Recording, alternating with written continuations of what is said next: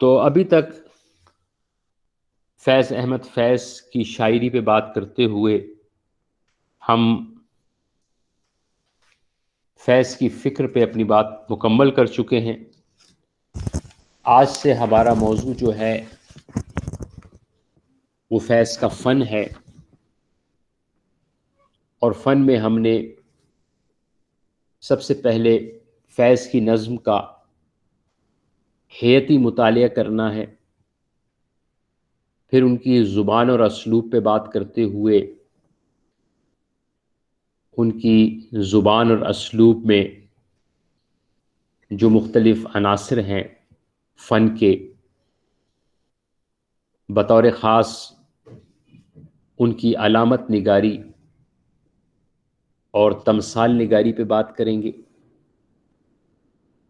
اور پھر آخر میں فیض کی شاعری پر جو اعتراضات کیے گئے ہیں ان سے بحث کریں گے،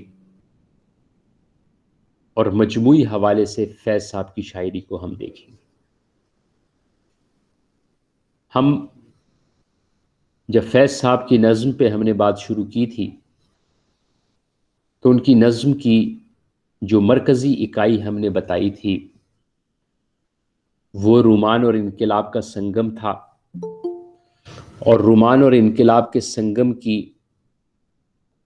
فکری جہت پہ ہم نے بات کر لی تھی۔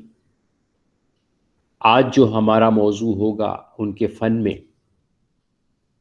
تو ان کے فن میں بھی رومان اور انقلاب کے سنگم کے بہت سے حوالے آئیں گے، لہٰذا اگر سوال فیض صاحب کے ہاں رومان اور انقلاب کے سنگم پر آ جائے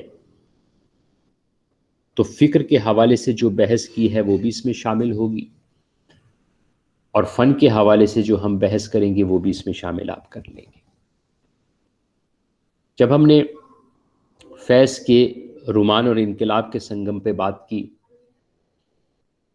تو اس کی ہم نے دو جہتیں بیان کی تھیں، ایک محبت اور سماج کے درمیان درد کا باہمی رشتہ تلاش کرنا، یہ کیفیت ہم نے بتایا تھا کہ فیض کی شاعری میں ذرا محدود ہے۔ دوسری جہت رومانی اور جمالیاتی اسلوب میں زندگی کے حقائق پیش کرنا، یہ جہت فیض کی پوری شاعری پر چھائی ہوئی ہے، لہٰذا اسی جہت پہ بات کرتے ہوئے ہم فیض کی ہیئتوں کا اور زبان اور اسلوب کا مطالعہ کریں گے۔ فیض صاحب کا کمال یہ ہے، اور ان کی انفرادیت بھی اس میں ہے، کہ انہوں نے کلاسیکی رومانی اور جمالیاتی زبان میں زندگی کے حقائق پیش کیے۔ اس طرح وہ زندگی کے جو تلخ حقائق تھے جن کا تعلق زندگی کی تلخیوں سے ہے اور تصور انقلاب سے ہے، وہ تلخ حقائق اکثر شعراء کے ہاں کرختگی کی صورت اختیار کر جاتے ہیں، لیکن فیض کا کمال یہ ہے کہ انہوں نے ان تلخ حقائق کو ایک رنگین پیرایا عطا کیا ہے، اور ایک رومانی اور جمالیاتی اسلوب میں زندگی کے حقائق بیان کیے ہیں۔ یہ بات درست ہے کہ فیض کا اسلوب خوبصورت ہے، اس میں لطافت اور شیرینی ہے، لیکن فیض کی توجہ کا جو مرکز ہے وہ زبان نہیں ہے، اسلوب نہیں ہے، بلکہ تصورات ہیں۔ یہی وجہ ہے کہ اس زمانے میں ہیئت اور اسلوب کے جو تجربات ہو رہے تھے، خاص طور پر حلقہ ارباب ذوق میں، فیض نے ان کی طرف خصوصی توجہ نہیں دی، بلکہ اپنے تصورات کی بنیاد پر ہیئت اور اسلوب کی تشکیل کی۔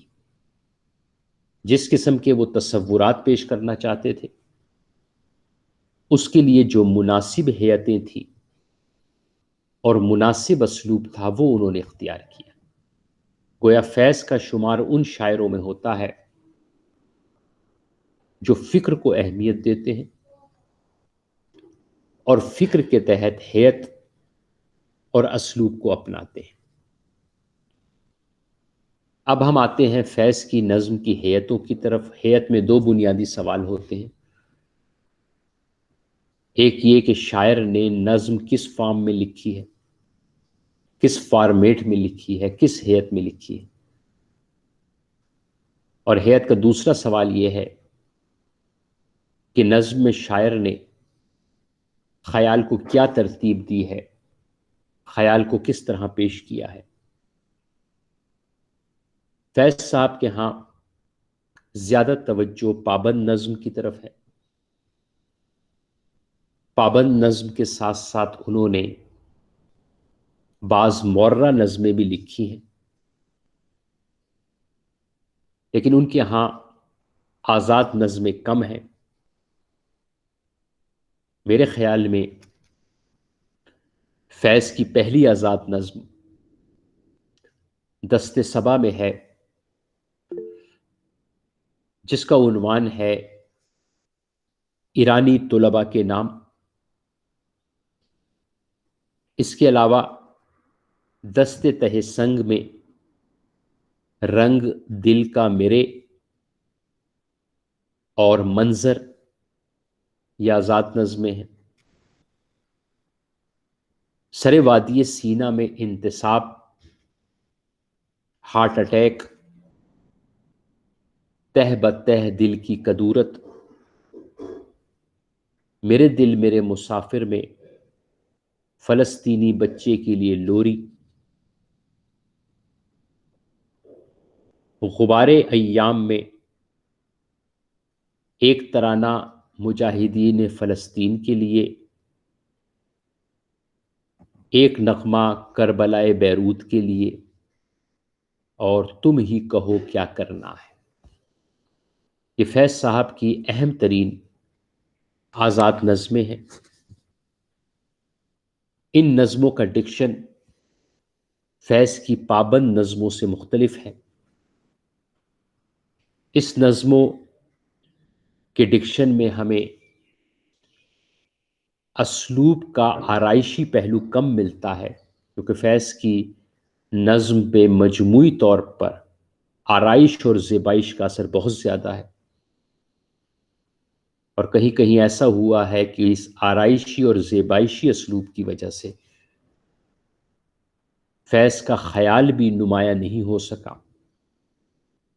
تو فیض کی اکثر نظموں میں آرائشی اور زیبائشی پہلو زیادہ ہے، فارسی کا اثر بہت ہے۔ لیکن یہ جو نظمیں جن کا میں نے ذکر کیا جو آزاد ہیئت میں لکھی گئی، ان کا ڈکشن مختلف ہے۔ اس میں آرائشی اور زیبائشی پہلو کم ہے، نسبتاً سادہ اسلوب ہے۔ اس میں فارسی کا آہنگ بھی کم ہے، فارسی کا آہنگ یہاں مدھم ہوا ہے، اور ان نظموں میں ہمیں جدید اسلوب کی جھلک ملتی ہے۔ وہ جدید اسلوب جو جدید نظم کا ہے اور ہمیں جدید شعراء راشد میرا جی اور مجید امجد کے ہاں ملتا ہے، اس کی جھلک جو ایک مجموعی اسلوب ہے جدید نظم کا، وہ ان ہیئتوں میں ملتی ہے۔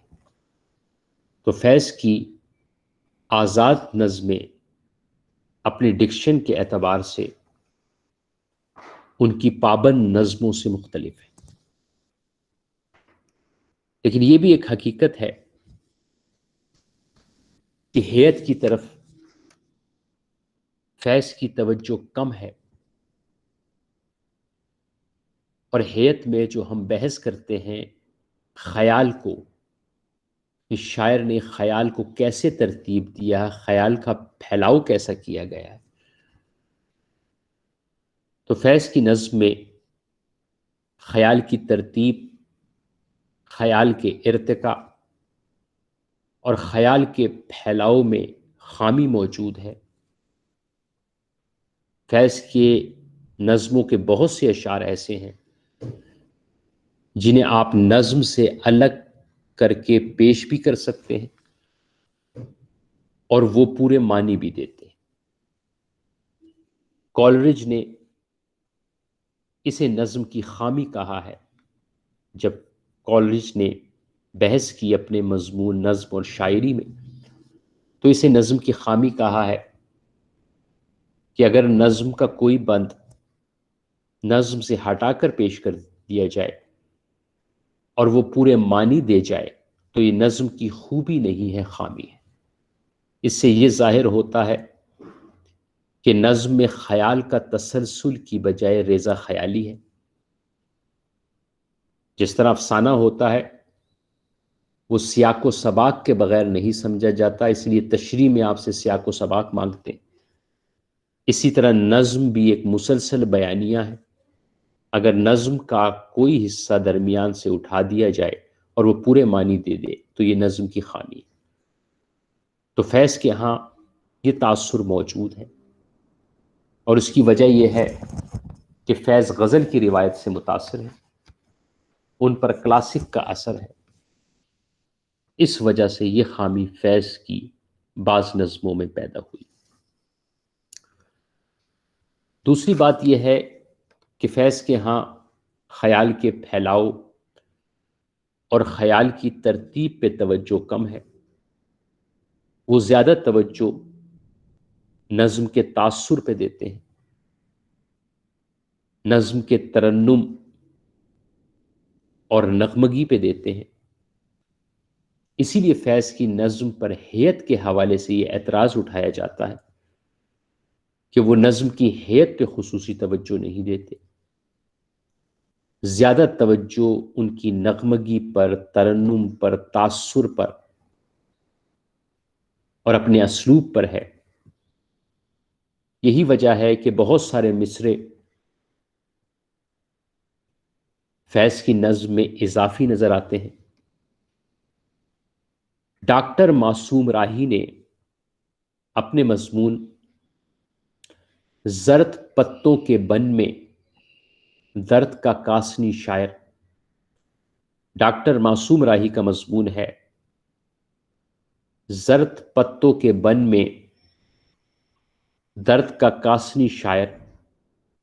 یہ مضمون موجود ہے فیض احمد فیض شخصیت اور فن میں، جسے مرتب کیا ہے سلمیٰ صدیقی نے. اس میں انہوں نے صفحہ نمبر 126 سے صفحہ نمبر 131 تک فیض کی نظم میں ہیئت کے حوالے سے بحث کی ہے اور ہیئت پر اعتراض اٹھایا ہے کہ وہ خیال کے پھیلاؤ پہ زیادہ توجہ نہیں دیتے، ان کی توجہ نغمگی اور ترنم پر ہوتی ہے. ڈاکٹر معصوم راہی کا خیال ہے کہ فیض کی بعض نظمیں ہیئتی حوالے سے مکمل بھی ہیں، لیکن زیادہ تر نظموں میں عدم توجہی برتی گئی ہے ہیئت کے حوالے سے. اور اس کی وجہ ڈاکٹر معصوم راہی کے نزدیک یہ ہے کہ فیض کو اپنا اسلوب زیادہ پسند ہے. وہ اسلوب کی رو میں بہہ کر نظم کی ہیئت کی تکمیل کی طرف توجہ نہیں دیتے. تو یہ فیض کی نظم کی ہیئت کا مطالعہ ہے کہ انہوں نے کس قسم کی نظمیں لکھی، ان کا ڈکشن کیا ہے اور ان کی ہیئت میں کیا خامیاں ہیں، کیا اعتراضات کیے گئے ہیں. اس کے بعد ہم آتے ہیں فیض کی زبان اور اسلوب کی طرف. یہ ایک مخصوص زبان ہے جس کی تشکیل میں روایت اور جدت نے اپنا کردار ادا کیا ہے. اس میں ہمیں روایت اور جدت کا سنگم نظر آتا ہے. فیض نے غزل کی قدیم لفظیات، تراکیب، استعارے علامتیں اور تمثال کو ایک نئی معنویت عطا کی ہے۔ غزل سے لفظیات چنی، تراکیب، استعار علامتیں چنی اور ان میں نئی سیاسی معنویت پیدا کی۔ گویا پرانے لفظوں کو نئے سیاسی معنی دینا فیض کے اسلوب کی بنیادی خصوصیت ہے، جو فیض کی نظم میں رومان اور انقلاب کے سنگم کی جہت پیدا کرتی ہے، اور اس جہت کا تعلق ہم ذکر کر چکے ہیں کہ فیض کی فکر سے بھی ہے اور فیض کے فن سے بھی ہے۔ اس اسلوب پر فارسی اثرات زیادہ ہیں، فارسی اثرات نمایاں ہیں۔ کہیں کہیں بعض نظموں میں ہمیں ہندی اثرات بھی دکھائی دیتے ہیں، جیسے دست تہ سنگ کی نظم ہے شام، سرے وادی سینا کی نظم ہے سپاہی کا مرثیہ۔ تو کئی ایسی نظمیں ہیں جس پر ہندی کا اثر ہے، ہندی کی لے ہے، لیکن بحیثیت مجموعی فیض صاحب کا جو اسلوب ہے وہ فارسی سے اثر پذیر ہوا ہے۔ اس میں فارسی ڈکشن موجود ہے، اور اس اسلوب کا آغاز نقش فریادی کے پہلے حصے سے ہوتا ہے، جو ان کی شاعری کا رومانی حصہ ہے۔ پھر اس رومانیت کے ساتھ ساتھ انقلاب کو ملانا اور شاعری میں فنی سطح پر رومان اور انقلاب کا سنگم پیدا کرنا، یہ کیفیت ہمیں دوسرے حصے میں نظر آتی ہے۔ اس سلسلے میں نقش فریادی کی نظم رکیب سے چند روز اور میری جان، موضوع سخن، ان کا مطالعہ کیا جا سکتا ہے۔ یہاں سے فیض صاحب کا اسلوب ایک نئے رنگ میں ڈھلتا ہے، اور پھر یہی اسلوب فیض صاحب کی شناخت بنا ہے۔ تو یہ جو اسلوب ہے یہ فارسی کے زیر اثر پروان چڑھا۔ اس میں فارسی کی لفظیات اور تراکیب کا استعمال کیا گیا ہے۔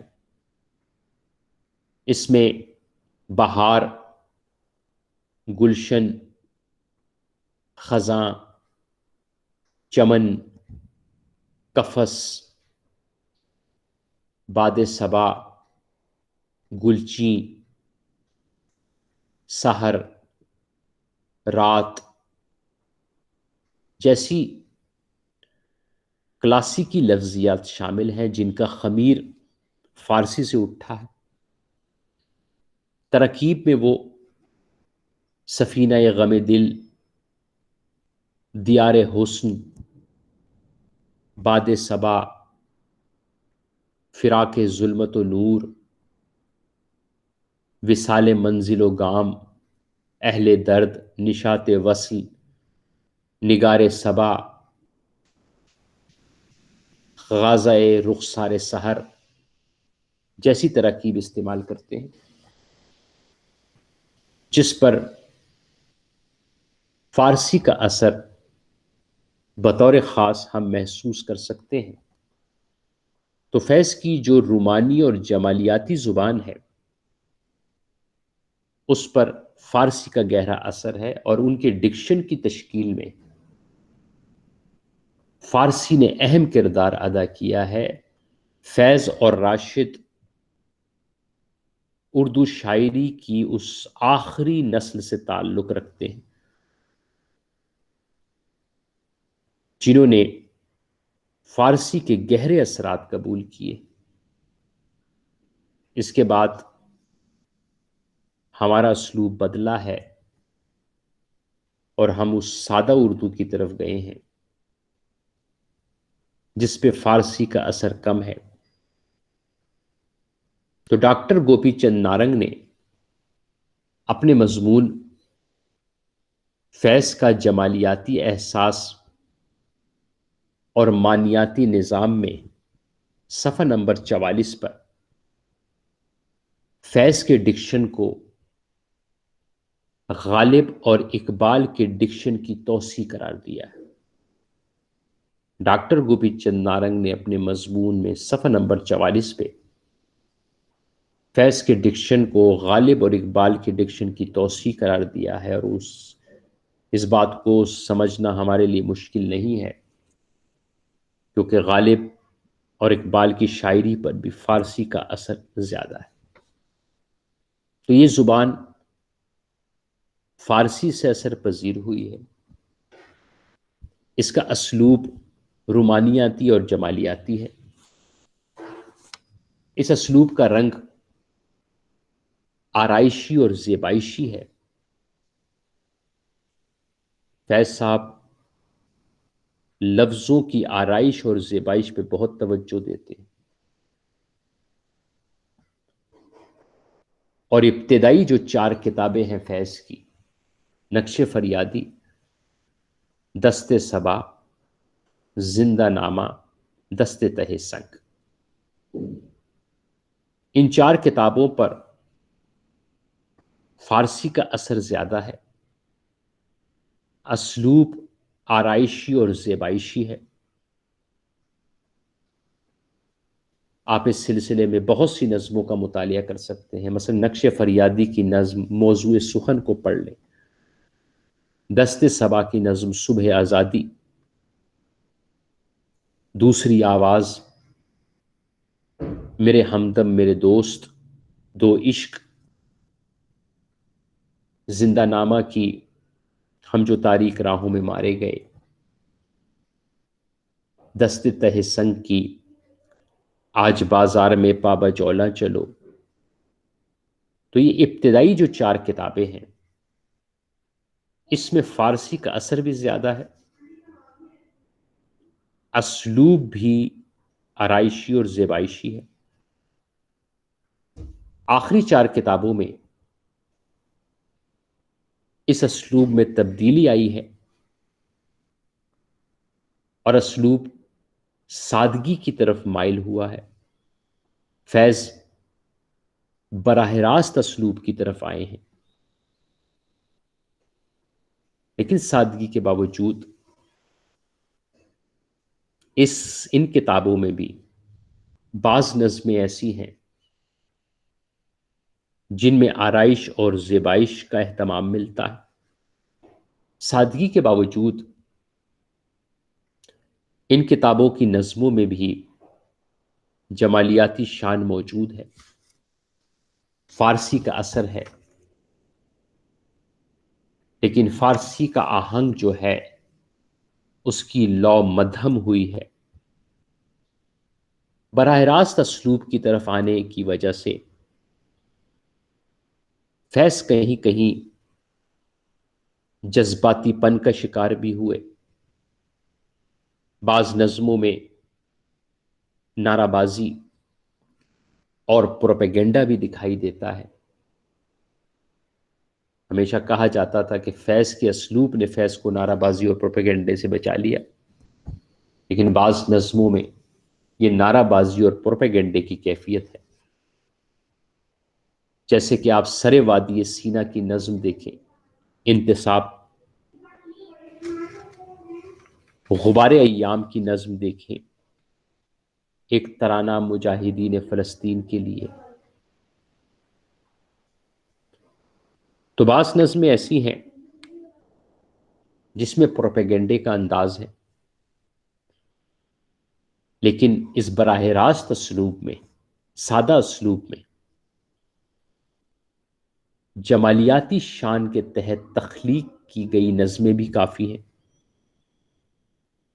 مثلا آپ دیکھیں، پھول مرجھا گئے سارے، میرے دل میرے مسافر، ہم تو مجبور وفا، یہ ساری نظمیں میرے دل میرے مسافر میں ہیں۔ دعا بہت خوبصورت نظم ہے سر وادی سینا کی، ڈھاکہ سے واپسی پر شام شہر یاراں، کچھ عشق کیا کچھ کام کیا۔ یہ وہ نظمیں ہیں جو آخری 4 کتابوں میں آئی ہیں، اسلوب بھی ان کا بدلا ہے، لیکن جمالیاتی شان ان نظموں میں موجود ہے۔ لیکن یہ بھی ایک حقیقت ہے کہ شام شہر یاراں سے فیض کے اسلوب کی نوعیت بدل جاتی ہے۔ اس حوالے سے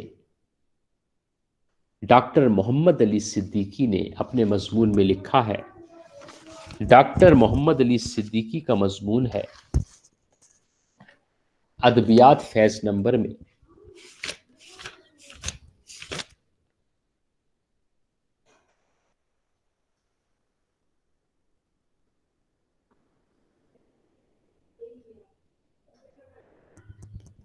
فیض احمد فیض اور روایتی شعری زبان۔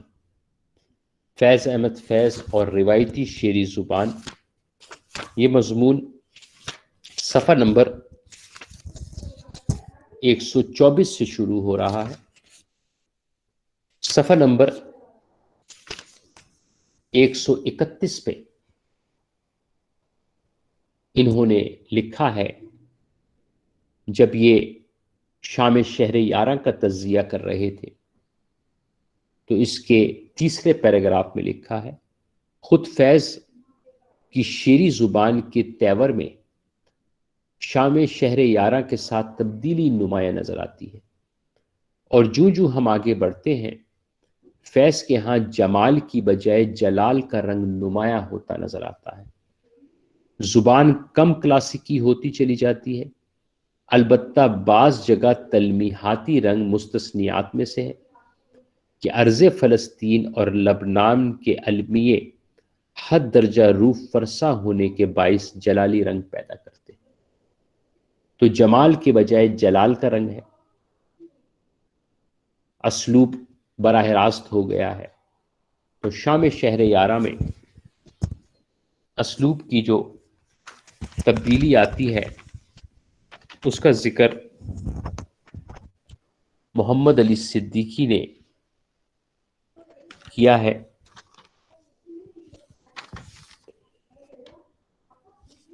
تو رومانی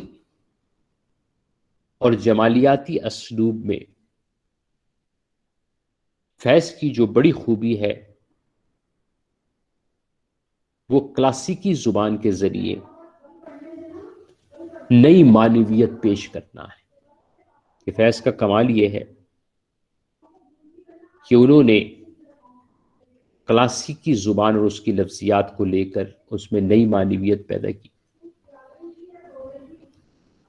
اور اس کیفیت کا بڑا خوبصورت تجزیہ ڈاکٹر گوپی چند نارنگ نے اپنے مضمون فیض کا جمالیاتی احساس اور معنیاتی نظام میں کیا ہے۔ اگر اس مضمون کو ہم پڑھیں تو ہمیں اندازہ ہو جاتا ہے کہ کلاسیکی زبان کو نئے معنی دینے کی جہد کیا ہے۔ فیض کے اسلوب کے حوالے سے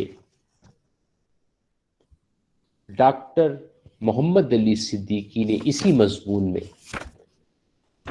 فیض کی شعری زبان صفحہ نمبر 126 سے 27 تک لکھا ہے۔ فیض کی زبان اور اسلوب کے جو رنگ ہیں اس کے بارے میں وہ لکھتے ہیں۔ صفحہ نمبر 126 کا آخری پیراگراف ہے اور صفحہ نمبر 127 کے پہلے 2 پیراگراف ہیں۔ فیض نے پہلی جنگ تو روایت پرستوں کے خلاف لڑی، وہ اس وقت جب انہوں نے اپنی نظم میں جو غزل ہی کی روایت کا حصہ تھی ترقی پسندانہ مفاہیم کو کچھ اس طرح سمویا کہ ہماری شعری روایت پر گرانہ گزرے۔ انہوں نے اپنی نظموں میں غزل کی تمام تر چاشنی قائم رکھتے ہوئے ان مفاہیم کے لیے راہیں نکالی جو بعض شعراء کے خیال میں صرف نظم معرہ اور نظم آزاد میں ہی ممکن تھی۔ فیض نے یہ مارکہ اپنے پہلے مجموعے نقش فریادی میں طے کر لیا تھا، یعنی فیض نے غزل کو نئی معنویت دی، اس کی لفظیات کو، اور اس میں ترقی پسند موضوعات سمو دی۔ فیض نے دوسرا مارکہ اس وقت سر کیا جب باد صبا اور نقوش زندہ کے پھیلاؤ نے کچھ اور رکاوٹیں پار کی اور روایت پرستوں کو ایک منٹ فون ہے ذرا،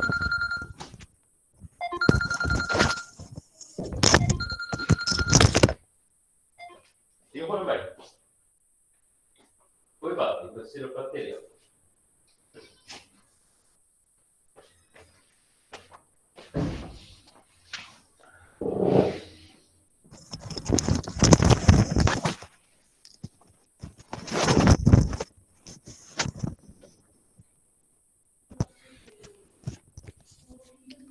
فیض نے دوسرا مارکہ اس وقت سر کیا جب باد صبا اور نقوش زندہ کے پھیلاؤ نے کچھ اور رکاوٹیں پار کی اور روایت پرستوں کو سخت مشکل میں پھنسا دیا کہ فرسودہ نظام کو تہس نہس کرنے کے لیے جس شعری زبان کو استعمال کیا جا رہا ہے وہ اس فرسودہ نظام کی باقیات بالحیات کے طور پر پیش کی جا رہی تھی۔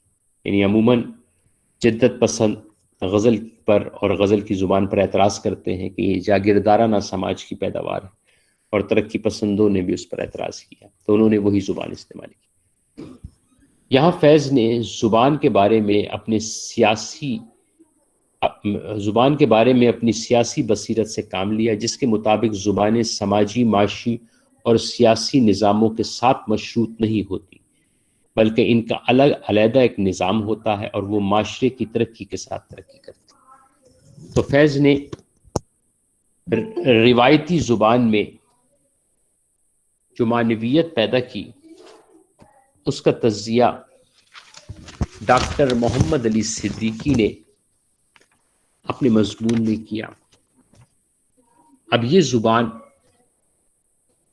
یہ فیض کی شاعری کی اساس ہے، اس زبان کو ہم نے واضح کر دیا کہ وہ رومانی اور جمالیاتی زبان ہے۔ ان میں فارسی کا اثر ہے، اس میں لفظیات کی نوعیت کیا ہے۔ اب یہ جو زبان کا نظام ہے فیض کے ہاں، یہ رومانی اور جمالیاتی ہے، کلاسیکی ہے۔ کلاسیکی لفظیات میں وہ نئے معنی بیان کرتے ہیں اور اپنی زبان کی کلاسیکی، رومانی اور جمالیاتی جہد برقرار رکھتے ہیں۔ اسی نظام سے فیض کی علامتیں پھوٹتی، اسی رومانی اور جمالیاتی احساس سے، اسی کلاسیکی لفظیات کی نئی معنی خیزی سے فیض صاحب کی علامتیں پھوٹتی، کیونکہ فیض کی علامتیں یہی ہیں، یہی کلاسیکی لفظیات ہیں، استعارے ہیں، جنہیں فیض نے علامتوں کا روپ دے کر انہیں سیاسی معنوں میں استعمال کیا ہے۔ ہر شاعر کے یہاں علامتوں کا ایک نظام ہوتا ہے۔ علامت شاعری میں بھی اور دیگر علوم و فنون میں بھی بڑی اہمیت کی حامل ہے۔ علامت کی ہم ایک واضح تعریف کر سکتے ہیں جو یونگ نے ایک جگہ کی ہے، کیونکہ علامت جو ہے وہ موضوع ہے نفسیات کا، کیونکہ ہمارے خوابوں میں مختلف علامتیں جو ہیں وہ ظاہر ہوتی ہیں، اور اس کا تعلق چونکہ انسان کے داخلی اور نفسی نظام سے ہے، اس لیے ماہرین نفسیات نے اس پہ بہت کام کیا۔ یونگ نے علامت کے بارے میں لکھا تھا کہ علامت کسی غیر مرئی حقیقت کا مرئی نشان ہے، یعنی علامت کسی نہ نظر آنے والی حقیقت کا نظر آنے والا نشان ہے، یعنی حقیقت کو چھپا دیا جاتا ہے اور اسے کسی نشان سے ظاہر کیا جاتا ہے، ہم اس نشان کے ذریعے اس حقیقت تک پہنچتے ہیں۔ گویا حقیقت اور نشان کے درمیان کچھ تلازمے ہوتے ہیں، کچھ اشارے ہوتے ہیں جن تک ہم پہنچتے ہیں۔ اگر درمیان میں جو اشارے ہیں، جو واسطے ہیں، وہ نسبتاً واضح ہیں، یا علامت ہمارے اجتماعی تجربے میں شامل ہے، تو اسے سمجھنا آسان ہوگا۔ لیکن اگر حقیقت اور مجاز کے درمیان تلازموں کی کچھ کڑیاں غائب کر دی گئی ہیں، تو ان علامتوں کو سمجھنا مشکل ہوگا۔ علامتوں کی کئی صورتیں ہو سکتی ہیں۔ کچھ علامتیں ہوتی ہیں جو اجتماعی علامتیں ہوتی ہیں، دنیا میں تمام لوگ انہیں سمجھ سکتے، آسان ہوتی، ہمارے سیاسی اور سماجی نظام سے تعلق رکھتی ہے، ہمارے لیے انہیں سمجھنا آسان ہوتا ہے۔ کچھ علامتیں اجتماعی ہوتی ہیں لیکن اس کا تعلق قدیم دور سے، اساطیر سے ہوتا ہے، جیسے کہ راشد کی علامتیں ہیں، تو انہیں سمجھنے کے لیے ذرا زیادہ تک و دو کرنی پڑتی ہے، تاریخ اور اساطیر کا مطالعہ کرنا پڑتا ہے۔ کچھ علامتیں ذاتی ہوتی ہیں جنہیں اس وقت تک نہیں سمجھا جا سکتا جب تک اس شخصیت کو نہ سمجھا جائے، جو شخصیت تخلیق کر رہی ہے، جیسے کہ میرا جی کی علامتیں، جیسے کہ چارلز بودلیئر کی علامتیں۔ کچھ علامتیں انتہائی ذاتی ہوتی ہیں، وہ ایسی خفیہ ہوتی ہیں کہ شخصیت کو جان کر بھی ان کو سمجھنا مشکل ہوتا ہے۔ بودلیئر اور میرا جی کے ہاں انتہائی ذاتی علامتیں ہیں۔ فیض کا جو علامتی نظام ہے وہ اجتماعی علامتوں سے مربوط ہے۔ یہ ایسی اجتماعی علامتیں ہیں کہ یہ آسانی سے سمجھ بھی آ سکتی ہے، کیونکہ ان کا تعلق کسی تاریخ سے، اساطیر سے نہیں ہے، بلکہ یہ ہمارے سیاسی اور سماجی نظام سے تعلق رکھتی ہے۔ لہٰذا ان علامتوں کو سمجھنا زیادہ مشکل نہیں ہے۔ اور جب ہم فیض کی شاعری کی بنیادی اکائیوں کو سمجھ جائیں تو ان علامتوں کو بھی سمجھا جا سکتا ہے۔ تو فیض کے ہاں علامتیں جو ہیں، علامتی مفاہیم جو ہیں، وہ ہمارے اجتماعی طرز احساس کا حصہ ہیں،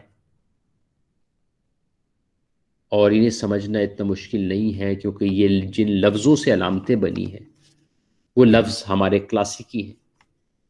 ہم غزل کا مطالعہ کرتے ہوئے بارہا وہ الفاظ پڑھ چکے ہیں، اور غزل میں بھی وہ لفظ شاید ہی کبھی اپنے لغوی معنوں میں استعمال ہوئے،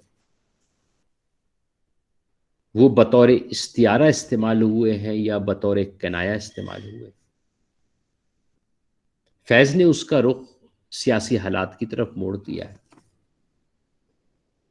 تو اب یہ علامتی نظام ہے فیض کا، جو کلاسک سے اخذ کیا گیا اور اسے نئے دور کے حالات سے وابستہ کر دیا۔ اس علامتی نظام کا خاکہ ڈاکٹر گوپی چند نارنگ نے تیار کیا ہے کہ ان علامتوں اور ان اشاروں سے کیا مراد ہے۔ ادبیات فیض نمبر میں جو نارنگ صاحب کا مضمون ہے، فیض کا جمالیاتی احساس اور معنیاتی نظام، اس مضمون میں صفحہ نمبر 51 سے صفحہ نمبر 52 تک کی خاکہ موجود ہے، اس کو ہم دیکھ سکتے ہیں۔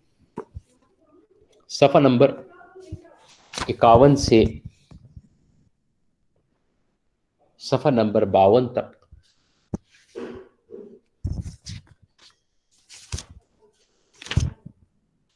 صفحہ نمبر 51 کے آخر میں اگر آپ دیکھیں، آخری پیراگراف ہے، اس میں انہوں نے مختلف لفظ لکھے اور بیچ میں اشارے دیے ہیں کہ اس سے کیا مراد ہے۔ نمبر 1، عاشق بریکٹ مجاہد انقلابی، معشوق وطن عوام، رقیب سامراج سرمایہ داری، عشق انقلابی ولولہ جذبہ حریت، وصل انقلاب آزادی حریت سماجی تبدیلی، ہجر فراق جبر ظلم استحصال کی حالت یا انقلاب سے دوری، رند مجاہد انقلابی باغی، شراب میخانہ پیالہ ساکی سماجی اور سیاسی بیداری کے ذرائع، محتسب شیخ سامراجی نظام سرمایہ دارانہ ریاست عوام دشمن حکومت، جنون سماجی انصاف انقلاب کی خواہش تڑپ، حسن حق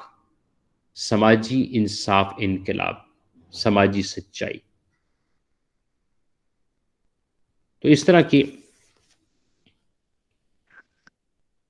زندہ دار و رسن سیاسی قید پھانسی جان کی قربانی، حاکم سامراج سرمایہ دارانہ نظام، بلبل جذبہ قومیت حریت سے سرشار شاعر انقلابی، گل سیاسی آدرش نصب العین، گلچی قفس سیاسی نصب العین کے حصول میں رکاوٹ یا رکاوٹ ڈالنے والے عوامل۔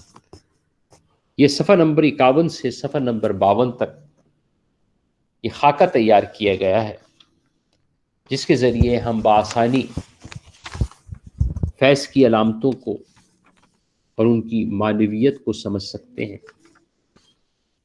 تو فیض کی علامتوں کا جو سورس ہے وہ ہماری کلاسیکی روایت ہے، قدیم لفظیات ہے، جن میں سحر، رات، زندہ، گلچی، صیاد، قفس، محتسب، رند، ساکی، میخانہ،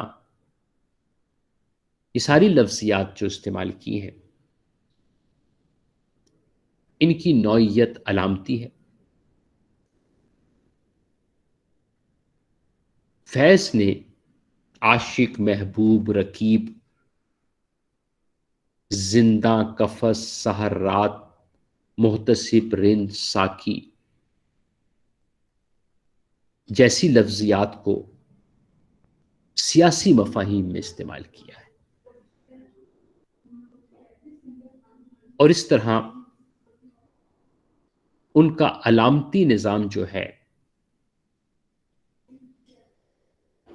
وہ تشکیل پاتا ہے۔ ان کی علامتوں کا باقاعدہ آغاز نقش فریادی سے ہوتا ہے۔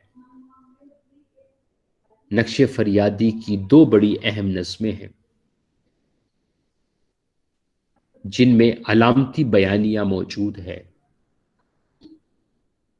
ایک نظم کتے ہے اور ایک بول ہے۔ کتے علامتی نظم ہے، کتے کی علامت بھی، کتے کا لفظ بھی علامتی ہے وہاں، اور بول نظم کو آپ دیکھیں تو اس میں مختلف لفظیات دی گئی ہیں، آہن، آہنگر، زنجیر، یہ علامتیں موجود ہیں جو اس دور کی سیاسی صورتحال کو پیش کرتی ہے۔ پھر نقش فریادی کی نظم تنہائی پوری علامتی نظم ہے، اس میں مختلف لفظیات کا استعمال کیا ہے، جیسے راہ رو، رات، ایوان، اجنبی. یہ علامتیں اس دور کی سیاست کو بیان کرتی ہیں. 1947 تک اکثر شعراء کے ہاں جو اجنبی کا لفظ ہے وہ انگریز استعمار کے لیے استعمال ہوا ہے. تنہائی نظم میں بھی اجنبی خاک سے مراد انگریز استعمار ہے. پھر چند روز اور میری جان فقط چند ہی روز میں بھی اجنبی کا لفظ استعمال کیا گیا ہے. اجنبی ہاتھوں کا بے نام گراں بار ستم، آج سہنا ہے ہمیشہ تو نہیں سہنا ہے. تو اس میں بھی اجنبی کا لفظ انگریز سامراج کے لیے استعمال کیا گیا. تو نقش فریادی میں کچھ علامتیں فیض صاحب نے پیش کی ہیں، لیکن علامتوں کا نظام زیادہ مربوط نہیں ہے نقش فریادی میں. دست صبا سے ان کی شاعری باقاعدہ سیاسی رنگ میں ڈھل جاتی ہے، اور اس کی بڑی وجہ راول پنڈی سازش کیس فیض صاحب کا جیل میں زندگی گزارنا ہے.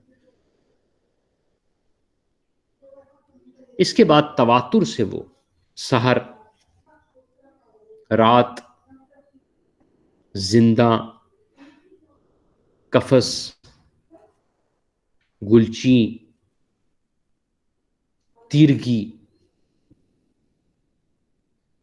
یہ علامات وہ تواتر سے استعمال کرتے ہیں. خاص طور پر تیرگی، شب، رات، سحر، سویرا، تواتر سے یہ علامات استعمال ہیں. آپ دیکھ سکتے ہیں دست صبا کی نظم اے دل بے تاب ٹھہر، اس میں تیرگی کا اور اجالے کا ذکر ہے.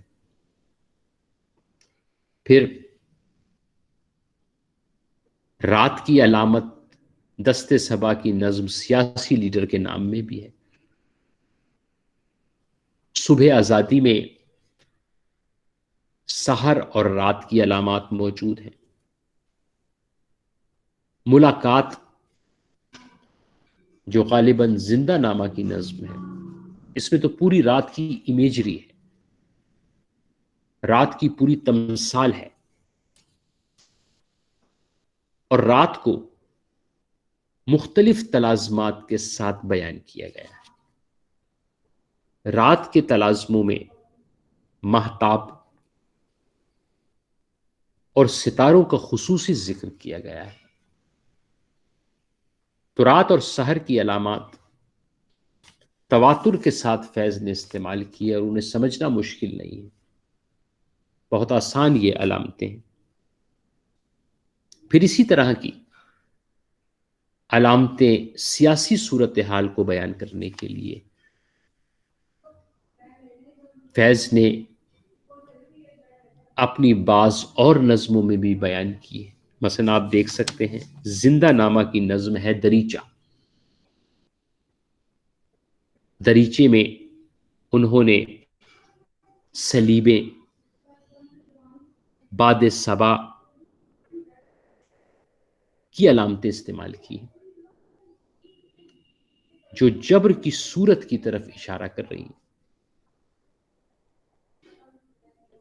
باد صبا کی صورت میں تازہ ہوا کی طرف سفر اختیار کیا جا رہا ہے. ایک طرف باد صبا کا ہونا اور دوسری طرف باد صبا کا قتل کیا جانا، یہ متضاد تناظرات کو پیش کرتا ہے. تو زندہ نامہ کی نظم دریچہ بہت اہم ہے، جہاں یہ علامتیں استعمال کی گئی. بعض نظمیں ایسی ہیں جن پوری نظم میں ایک علامت کی تشکیل ہوئی ہے. ایک علامت اس نظم کو بناتی ہے اور مسلسل فضا کو ظاہر کرتی ہے. جیسے میں نے ملاقات کا ذکر کیا جس میں رات کی امیجری ہے، رات کے تلازمات ہیں. یہاں پوری نظم جو ہے وہ رات کی علامت میں ہے، اور رات ہی صبح کا امکان پیدا کرتی. اسی طرح آپ دیکھیں تو سرے وادی سینا کی نظم ہے تہ بتہ دل کی کدورت. تہ بتہ دل کی کدورت نظم ہے. اس میں مرکزی علامت لہو کی ہے. پوری نظم پہ لہو پھیلا ہوا نظر آتا ہے. اس نظم پر 71 کے حالات کا اثر ہے. تو فیض صاحب نے جو اپنی مخصوص لفظیات ہیں جن کا ہم نے ذکر کیا، اس کے علاوہ بھی علامتوں کا استعمال کیا ہے. بعض علامتیں فیض کے ہاں بالکل مختلف ہیں. جیسے فیض کی دستے تہ سنگ کی نظم شام دیکھیں، ان میں پیڑ، شام، رات، بت، سانولی، یہ علامتیں استعمال کی گئی. اب یہ علامتیں مختلف ہیں. یہاں رات وہ رات نہیں ہے جو سیاسی مفاہیم میں استعمال کی جاتی ہے. ان علامتوں کے ذریعے دو موضوعات پیدا کیے گئے ہیں بیک وقت. ایک طرف کائنات کی معنویت کی طرف اشارہ کیا گیا ہے، کائنات کے رازوں کی طرف اشارہ کیا گیا ہے،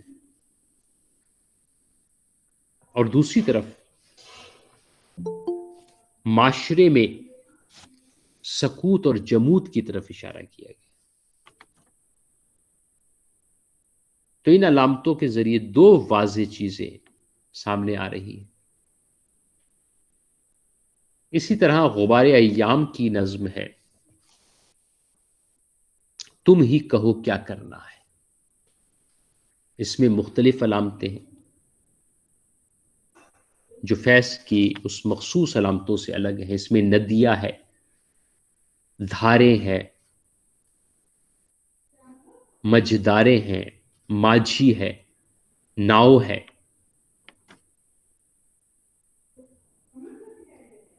ان کی معنویت بھی سیاسی ہے، پاکستانی تاریخ کے حوالے سے، پاکستانی نظام کے حوالے سے، لیکن یہ لفظیات مختلف ہیں اور اس کا آہنگ جو ہے ہندی کا ہے. تو فیض صاحب کا جو اپنا ایک نظام ہے، اسلوب کا، اس کے تحت انہوں نے لفظیات کا استعمال کیا ہے، لفظیات کو علامات بنایا ہے. یہ لفظ کلاسک سے تعلق رکھتے ہیں اور ان کے ذریعے سیاسی طور پر موضوعات پیش کیے گئے، اور اسی طریقے سے رومان اور انقلاب کو باہم ہم ملا سکتے ہیں. اسی اسلوب کی ایک اور جو اہم جہت ہے وہ تمثال سے تعلق رکھتی ہے. فیض کے ہاں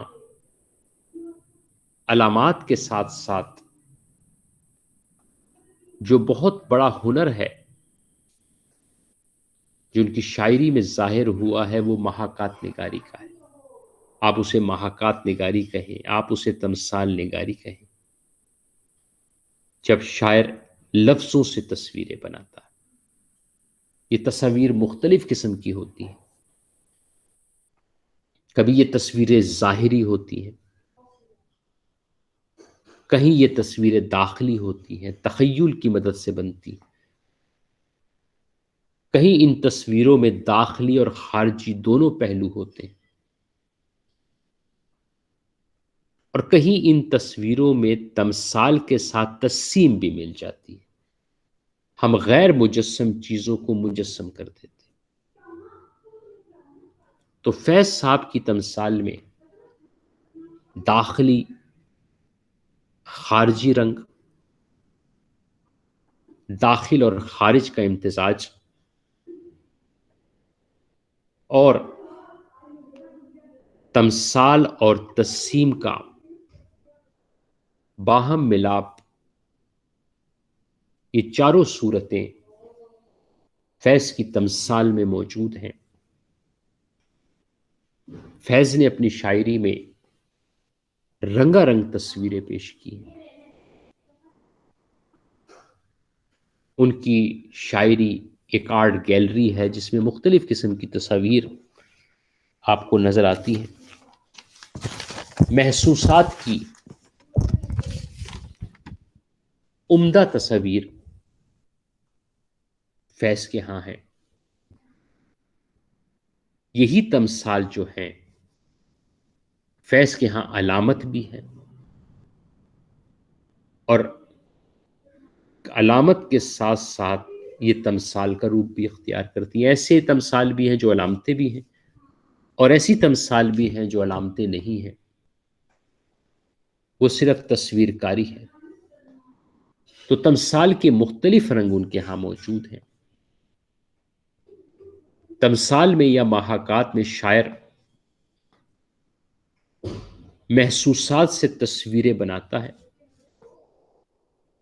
کبھی وہ ایک ظاہری منظر کو پیش کرتا ہے، خارجی، کبھی ایک داخلی منظر کو پیش کرتا ہے، کبھی ان کو باہم ملاتا ہے، کبھی تمثال کے تحت تجسیم کو بھی شامل کر دیتا ہے۔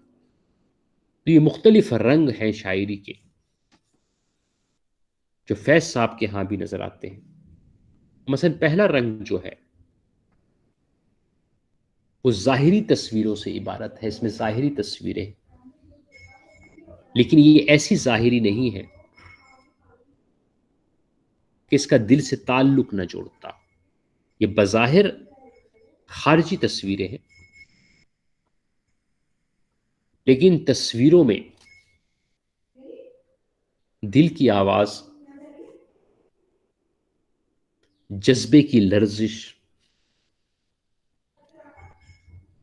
جذبے کی آمیزش شامل ہے۔ یہ ظاہری تصویریں آپ دیکھ سکتے ہیں۔ دستے صبا کی نظم ہے ایرانی طلباء کے نام، ظاہری تصویر ہے، لیکن ان تصاویر سے، اس واقعے سے جو دل پہ چوٹ پڑی ہے اسے بھی بیان کیا گیا۔ پھر دستے صبا کی ایک نظم ہے زندہ کی ایک صبح، زندہ کی ایک شام، ظاہری تصویر ہے، لیکن اس میں داخلی آہنگ جو ہے وہ بھی موجود ہے، داخلی آہنگ بھی دکھائی دیتا ہے، زندہ کی ایک صبحوں میں، زندہ کی ایک شام میں۔ پھر زندہ نامہ کی نظم ہے کم بیک افریقہ، ظاہری تصویر ہے، جذبے کا آہنگ اس کے ساتھ ملا ہوا ہے۔ غبار ایام کی نظم ہے ادھر نہ دیکھو۔ تو یہ نظمیں ہیں جن کی تصویریں ظاہری ہیں، لیکن اس میں کہیں نہ کہیں تخیل، کہیں نہ کہیں جذبے کی آمیزش ہے۔ تو تمثال کے حوالے سے یہ پہلا کی جو کیٹیگری ہے، اس پہ فیض صاحب کی بہت ساری اہم نظمیں ہیں، لیکن اس میں دو نظمیں بہت اہم ہیں۔ دستے صبا کی ایک زندہ کی ایک صبح اور ایک زندہ کی ایک شام. تمثال نگاری کے حوالے سے یہ اعلیٰ نظمیں ہیں. اس میں آپ ظاہری تصویروں کے ساتھ ساتھ جذبے کا آہنگ بھی دیکھیں گے. دست صبا میں صفحہ نمبر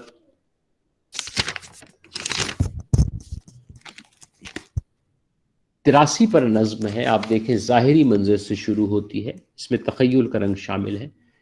شام کے پیچ و خم ستاروں سے زینہ زینہ اتر رہی ہے رات. یوں صبا پاس سے گزرتی ہے جیسے کہہ دی کسی نے پیار کی بات. صحن زدہ کے بے وطن اشجار سرنگوں محو ہیں بنانے میں. دامن آسماں پہ نقش و نگار شانہ بام پر دمکتا ہے مہرباں چاندنی کا دست جمیل. خاک میں گھل گئی ہے آب نجوم نور میں گھل گیا ہے عرش کا نیل. دل سے پہم خیال کہتا ہے اتنی شیریں ہے زندگی اس پل. ظلم کا زہر گھولنے والے کامراں ہو سکیں گے آج نہ کل. جلوہ گاہ وصال کی شمیں وہ بجھا بھی چکے اگر تو کیا چاند کو گل کریں تو ہم جانیں. تو ظاہری تصویر کے ساتھ جذبہ موجود ہے، تخیل موجود ہے. ایسا ہی زندہ کی ایک صبح میں بھی ہے. رات باقی تھی ابھی جب سرے بالی آ کر چاند نے مجھ سے کہا جاگ سحر آئی ہے. جاگ اس شب جو میں خواب تیرا حصہ تھی جام کے لب سے تہ جام اتر آئی ہے. عکس جانا کو ودا کر کے اٹھی میری نظر شب کے ٹھہرے ہوئے پانی کی سیاہ چادر پر. یہ سارا تخیل کا بیانیہ ہے. جا بجا رقص میں آنے لگے چاندی کے بھنور. چاند کے ہاتھ سے تاروں کے کمل گر گر کر ڈوبتے تیرتے مرجھاتے رہے کھلتے رہے. رات اور صبح بہت دیر گلے ملتے رہے. صحن زندہ میں رفیقوں کے سنہرے چہرے سطح ظلمت سے دمکتے ہوئے ابھرے کم کم. نیند کی اوس نے ان چہروں سے دھو ڈالا تھا دیس کا درد فراق کے رخ محبوب کا غم. تو ظاہری تصویروں کے ساتھ کچھ باطنی تصویر جذبے کا آہنگ بھی موجود ہے ان نظموں میں. دوسرا رنگ فیض کی تمثال میں وہ ہے جہاں بنیادی طور پر جذبے اور تخیل سے مدد لی گئی. جذبے اور تخیل سے جمالیاتی تاثر پیدا ہوا ہے. یہاں ظاہری تصویروں سے زیادہ جذبوں کے رنگ ہیں اور یہ جذبوں کے رنگ نقش فریادی کے پہلے حصے سے ہمیں ملنے شروع ہوتے ہیں. نقش فریادی کے ابتدائی حصے کی وہ نظمیں جس میں جذبے اور تخیل کی آمیزش ہے، دل اور فطرت کا تعلق ہے، وہ نظمیں بہت اہم ہیں جس میں جذبے کو پیش کیا گیا ہے، جذبے کی تصویر پیش کی گئی ہے. جیسے نقش فریادی کے ابتدائی حصے کی نظم سرود شبانہ کو آپ دیکھ سکتے ہیں، جس میں تمثال کا داخلی پہلو ہے، تخیلی رنگ ہے اور تخیلی سطح پر مناظر کے نقش ابھارے گئے ہیں. تمثال میں جو داخلی پہلو ہے، محسوسات کی تصویریں ہیں، وہ بڑی مکمل. نقش فریادی کی نظم تنہائی میں ہے. تمثال کے حوالے سے یہ بہت اہم نظم ہے، یہ مکمل طور پہ تمثالی نظم ہے جس میں داخلی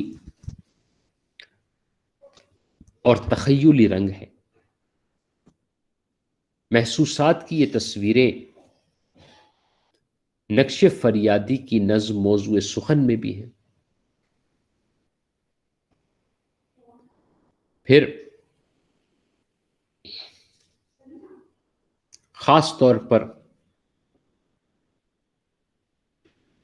جذبے کی جو داخلی حدت ہے، جذبے کی داخلی حدت سے جو تصویریں بنائی گئی ہیں وہ بڑی مکمل صورت میں دست صبا کی نظمیات میں ہے۔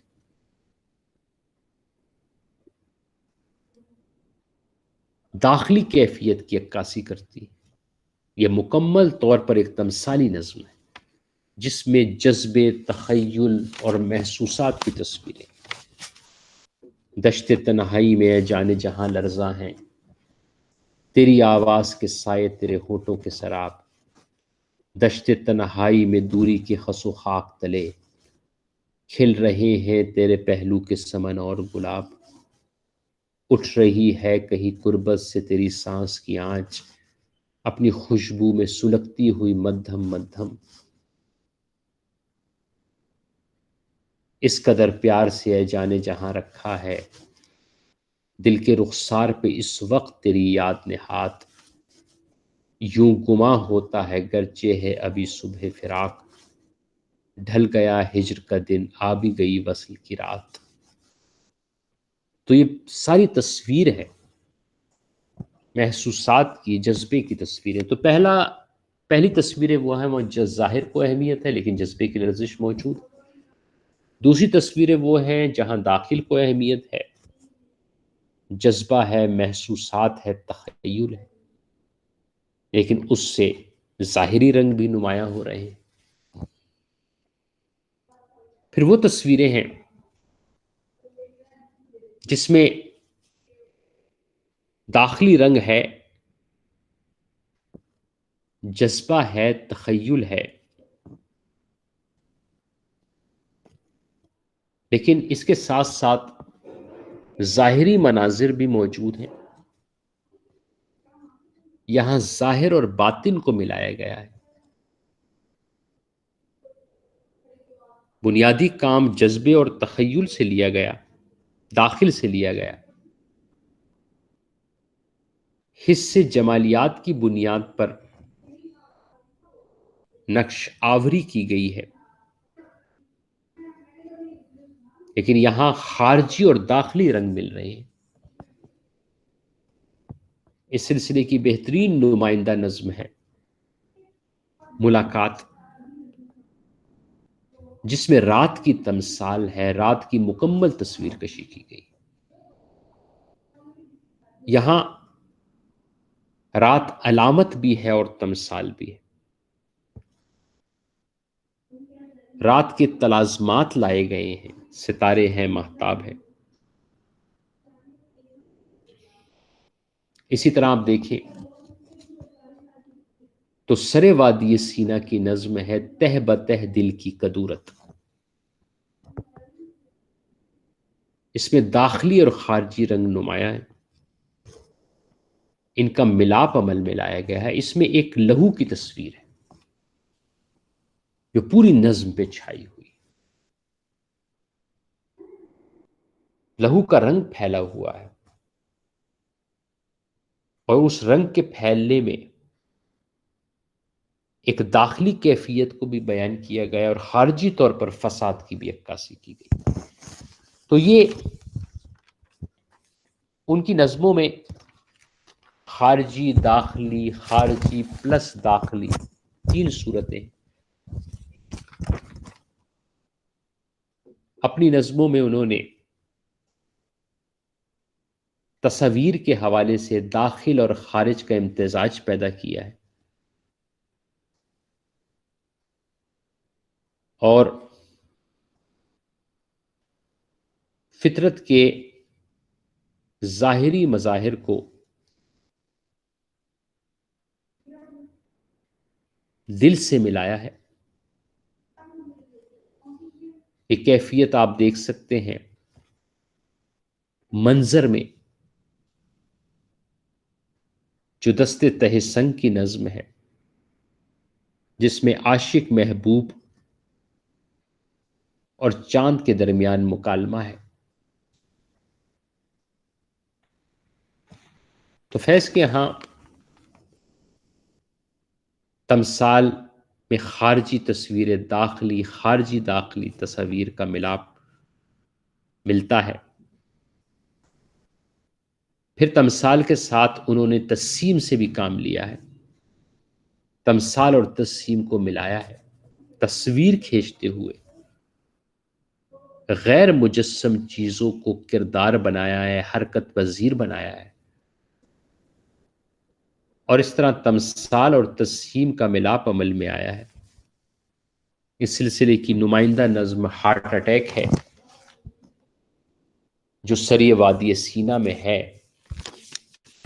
ہارٹ اٹیک نظم۔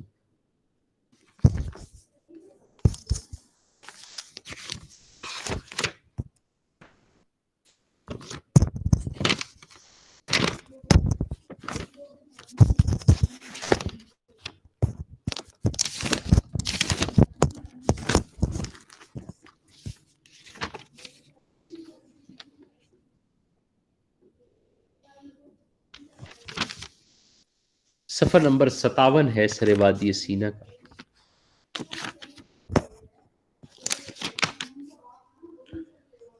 درد اتنا تھا کہ اس رات دل وحشی نے، درد اتنا تھا کہ اس رات دل وحشی نے ہر رگے جاں سے الجھنا چاہا، ہر بنو منہ سے ٹپکنا چاہا، اور کہیں دور تیرے صحن میں گویا، اور کہیں دور تیرے صحن میں گویا، پتا پتا میرا افسردہ لہو میں ڈھل کر حسن مہتاب سے آزردہ نظر آنے لگا۔ پتے کو انسانی صورت دی ہے۔ میرے ویرانہ تن میں گویا سارے دکھتے ہوئے ریشوں کی تنابیں کھل کر سلسلہ وار پتہ دینے لگی، رخصت فاصلہ شوق کی تیاری کا، اور جب یاد کی بجھتی ہوئی شموں میں نظر آیا کہیں ایک پل آخری لمحہ تیری دلداری کا، درد اتنا تھا کہ اس سے بھی گزرنا چاہا، ہم نے چاہا بھی مگر دل نہ ٹھہرنا چاہا۔ تو اس میں تصاویر ہے جذبے کی، اس کے ساتھ تجسیم کو ملا دیا گیا ہے۔ تو فیض کا جو رومانی اور جمالیاتی اسلوب ہے، اس اسلوب جس میں کلاسیکی لفظوں کو نئے معنی دیے ہیں، اس اسلوب کی خاصیت تمثال نگاری بھی ہے۔ فیض کی نظم کا اسلوب رومانی اور جمالیاتی ہے، لیکن اسے پڑھ کر بوجھل پن کا احساس نہیں ہوتا، اور اس اسلوب کی وجہ سے فیض کی شاعری میں ہنگامیت اور نعرہ بازی کم آئی ہے۔ فیض کی کچھ نظمیں ایسی بھی ہیں جس میں ہنگامیت ہے، نعرہ بازی ہے، لیکن بحیثیت مجموعی اس اسلوب نے فیض کو پروپیگنڈا اور نعرہ بازی سے بچا لیا ہے۔ پھر ان کی نظم ایسی ہے کہ اس کا اسلوب جو ہے اس میں آپ کو کچھ ایسے شواہد نہیں ملیں گے جس کی وجہ سے ہم یہ کہیں کہ ان کا اسلوب، ان کا رنگ لامذہبیت کا ترجمان ہے۔ اس میں اس اسلوب پر مذہب کا، اساطیر کا بڑا گہرا اثر ہے۔ نظم کا، ان کی نظم کا جو مجموعی ماحول ہے، جو تلمیحاتی نظام ہے، اس میں مذہب کا گہرا اثر نظر آتا ہے، مذہبی اساطیر سے وہ متعلق نظر آتے ہیں۔ اکثر نظمیں ایسی ہیں جس کے پس منظر میں قیامت کا منظر چل رہا ہے، روز حساب چل رہا ہے، جب لوگوں کے ہاتھ میں اعمال نامے دیے جائیں گے اور جو ظلم کرنے والے ہیں ان کو سزا دی جائے گی۔ تو ظلم کے خلاف مزاحمت میں فیض نے اپنی نظم کا جو پس منظر تشکیل دیا ہے وہ مذہبی بنیادیں رکھتا ہے، اور اس کا تعلق اس منظر سے ہے جو قرآن پاک میں قیامت کے وقت بتایا گیا ہے۔ تو مذہبی اساطیر سے ایک تعلق ہے ان کی نظم میں۔ یہ تعلق کئی نظموں میں ظاہر ہوتا ہے۔ آپ دست تہ سنگ کی نظم، شورش زنجیر، بسم اللہ بھی پڑھ سکتے ہیں۔ مذہبی اساطیر کے حوالے سے کئی نظمیں ہیں ان کی۔ شام شہر یارا کی نظم دیکھیں، تم اپنی کرنی کر گزرو، جو ہوگا دیکھا جائے گا۔ پھر دوسری آواز میرے دل میرے مسافر کی نظم ہے، ایک ترانہ مجاہدین فلسطین کے لیے۔ کئی نظمیں ایسی ہیں جو آپ کو اس میں یہ رنگ نظر آئے گا، خاص طور پر میرے دل میرے مسافر، یہ کئی نظموں میں یہ مذہبی اساطیر کا اثر نظر آتا ہے۔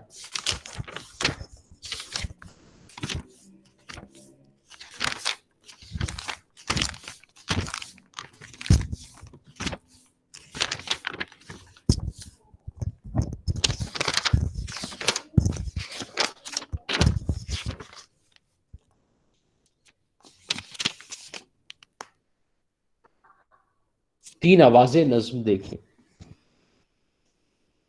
میرے دل میرے مسافر میں صفحہ نمبر 28 پر ہے۔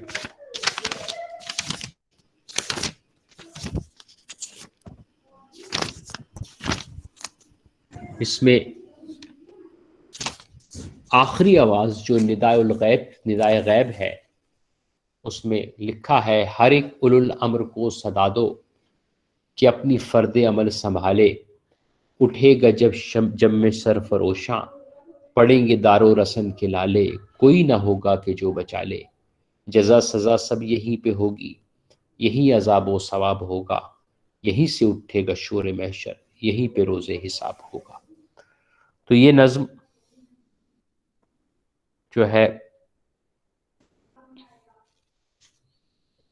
پھر میرے دل میرے مسافر میں صفحہ نمبر 68 پر وہ مشہور نظم ہے جو بڑی آج کل گائی بھی جا رہی ہے، اس کا منظر بھی یہی ہے۔ جو نظمیں میں نے آپ کو بتائیں ان کے علاوہ بھی یہ نظمیں ہیں۔ صفحہ نمبر 68 پر وَيُبَقَّى وَجْهِ رَبِّكَ، یہ نظم کا عنوان ہے، وَيُبَقَّى وَجْهِ رَبِّكَ۔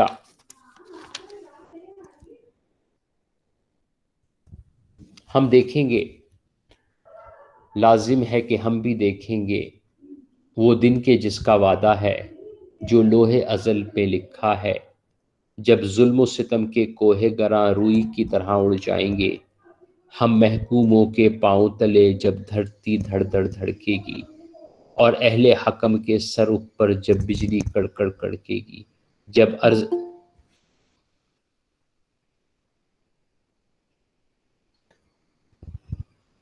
عرض خدا کے کعبے سے سب بت اٹھوائے جائیں گے، ہم اہل صفا مردود حرم مسند پہ بٹھائے جائیں گے، سب تاج اچھالے جائیں گے، سب تخت گرائے جائیں گے، بس نام رہے گا اللہ کا جو غائب بھی ہے اور حاضر بھی، جو منظر بھی ہے ناظر بھی، اور راج کرے گی خلق خدا، جو میں بھی ہوں اور تم بھی۔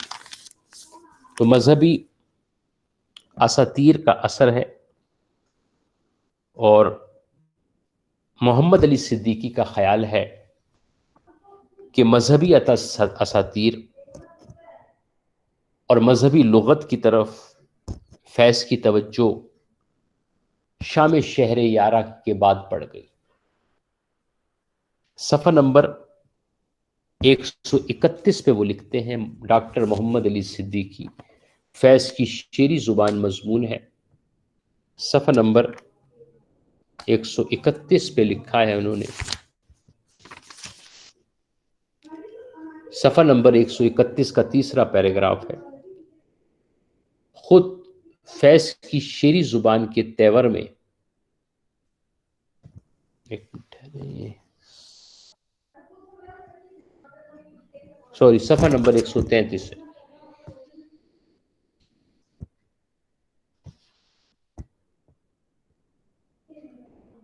صفحہ نمبر 133 کا تیسرا پیراگراف ہے، اس دور کی شاعری میں جلال کا عنصر نمایاں ہو چکا ہے، بیروت کا قیام بذات خود ایک بڑا محرک ہے، لاؤ تو قتل نامہ میرا 3 آوازیں بظاہر سادہ ڈکشن کی طرف قدم ہے، لیکن ان نظموں میں بھی اور خاص طور پر 3 آوازیں کا آخری حصہ ندائے غیب کی مندرجہ ذیل سطر گواہ ہے، یہ سطر میں بھی پڑھ لی میں نے، کہ فیض خالصتاً انقلابی کوشش یا مقصد کے لیے مذہب کی لغت بہت چابک دستی اور خوبصورتی سے استعمال کرتے ہیں، اور وہ اس طرح اپنے کلام کو تہدار بنانے میں کامیاب ہو جاتے ہیں۔ تو مذہب کی لغت کی طرف توجہ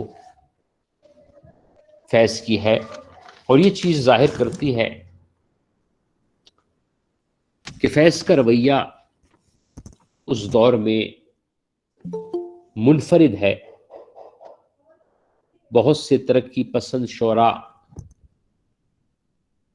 جن پر مذہب کی مخالفت کا الزام لگایا جاتا رہا، اور ان میں بہت سارے ایسے لوگ بھی ہیں جو مذہب کی مخالفت نہیں کرتے تھے بلکہ مذہب کے اس اجارہ دار طبقے کی مخالفت کرتے تھے جنہوں نے مذہب کی غلط تشریح کی ہے۔ لیکن اس میں آپ فیض کو دیکھیں تو فیض کی شاعری کا تعلق اپنے خطے، اس کے حالات، اپنی تہذیب اور مذہب کے ساتھ قائم ہے، لہذا اس شاعری کے بارے میں آپ یہ نہیں کہہ سکتے کہ یہ کسی بیرونی نظریے یا بیرونی دباؤ کے تحت تخلیق ہوئی ہے، جیسا کہ بعض الزامات لگائے جاتے ہیں۔ فیض کی شاعری کو جو ہم بغور پڑھتے ہیں تو ہمیں اندازہ ہوتا ہے کہ جو باتیں فیض نے کی ہیں اس کا تعلق ان کے اپنے خطے سے، وہاں کے حالات سے ہے، تہذیب اور مذہب سے جڑے ہوئے ہیں۔ تو گویا انہوں نے اپنے زمینی حقائق کو پیش نظر رکھتے ہوئے شاعری تخلیق کی ہے، اس میں نظریہ چاہے کوئی بیرونی ہی ہو، لیکن اس نظریے کو اپنے عہد کے سیاسی اور سماجی حالات سے ملایا گیا ہے، اور جمالیاتی اسلوب میں ایک نظریے کو پیش کیا گیا ہے۔ یہ نظریاتی شاعری ہے جس میں رومان اور انقلاب کا امتزاجی رنگ موجود ہے۔ یہ فیض صاحب کی شاعری ہے، فیض کا فن ہے۔ فیض کی شاعری پر ناقدین نے اعتراضات بھی کیے ہیں، اور سب سے زیادہ جس خامی کی طرف اشارہ کیا ہے وہ تنوع کی کمی ہے، وہ تکرار ہے، خاص موضوعات اور خاص اسلوب ہے جسے بار بار دہرایا جا رہا ہے۔ ڈاکٹر وزیر آغا نے اپنے مضمون انجماعت کی ایک مثال فیض میں فیض کی شاعری پر یہی اعتراض اٹھایا ہے کہ ان کی شاعری میں انجماعت ہے، جمود ہے۔ اس مضمون کے شروع میں ڈاکٹر وزیر آغا لکھتے ہیں کہ شاعری میں نظریے کی نمود کوئی بری بات نہیں، مگر اس نظریے میں تدریجی ارتقاء کا ہونا ضروری ہے، اور وزیر اعلیٰ کے خیال میں فیض کے ہاں یہ تدریجی ارتقاء نہیں۔ نظم جدید کی کروٹیں میں انہوں نے صفحہ نمبر 77 پہ جو اس مضمون کا پہلا صفحہ ہے اس پہ انہوں نے لکھا ہے، شاعری میں نقطۂ نظر کی نمود کوئی عیب کی بات نہیں، بیشتر عظیم شعراء کے ہاں ایک مخصوص نقطۂ نظر بھی ملتا ہے جو زندگی اور کائنات کو ایک خاص زاویے سے دیکھنے میں معاون ثابت ہوتا ہے، تاہم ان کے ہاں ایک مسلسل تخلیقی عمل کے باعث اس نقطۂ نظر میں لچک، پھیلاؤ، کشادگی یا با الفاظ دیگر ایک تدریجی ارتقاء بھی ملتا ہے جو نقطۂ نظر کو ایک سنگلاخ اور منجمد نظریے کی صورت اختیار کرنے سے باز رکھتا ہے۔ فیض کے ہاں یہ بات نہیں، ان کے نقطۂ نظر میں انجماد کا احساس ہوتا ہے، گویا شاعر فہم و ادراک اور انکشاف و عرفان کے ایک خاص مقام پر پہنچنے کے بعد رک گیا ہے، اس سے فیض کی نظم نگاری کو صدمہ پہنچا ہے۔ تو فیض کے ہاں کہتے ہیں نظریے کی نمود کوئی بات نہیں لیکن تدریجی ارتقاء ہونا چاہیے، اور اس بنیاد پر انہوں نے فیض پر اعتراض کیا۔ آگے جا کر وزیر اعلیٰ اپنے اس نظریے کی بھی نفی کر دیتے ہیں، وہ کہتے ہیں کہ کسی نظریے کے لیے زندگی کو وقف کرنا بھی اہم بات نہیں ہے، اچھی بات نہیں، یعنی شروع میں جو انہوں نے بات کی، آخر میں پھر اپنی بات کی نفی کی، اور اسی مضمون کے صفحہ نمبر 93 پر انہوں نے لکھا ہے، جو آخری صفحہ ہے اس مضمون کا، اس کے آخر میں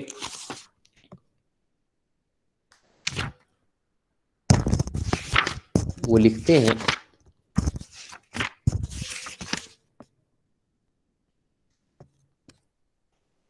آخری پیراگراف ہے اس صفحے کا، یہ بالکل یہاں وزیر اعلیٰ کا یہ مضمون ختم ہو رہا ہے۔ شاعر کا کام یہ نہیں کہ کسی ایک نظریے کی ترویج و اشاعت کے لیے اپنی زندگی وقف کر دے، بلکہ اس کا کام یہ ہے کہ حیات و کائنات کے اسرار و رموز کی مسلسل